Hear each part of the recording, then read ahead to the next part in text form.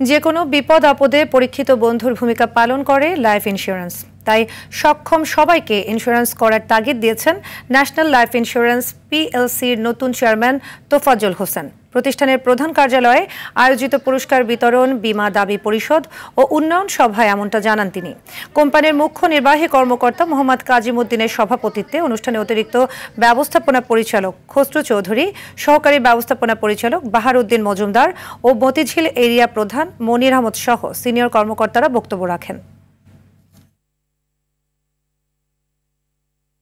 লিডারের বক্তব্যগুলো অনুযায়ী যদি আপনারা কাজ করেন, আমি মনে করি বর্তমান ন্যাশনাল লাইফ ইন্স্যুরেন্স বাংলাদেশের যেভাবে এগিয়ে যাচ্ছে, আমরা শুধু বাংলাদেশ নয় বিশ্বকে আমরা দেখিয়ে দিব ইনশাআল্লাহ।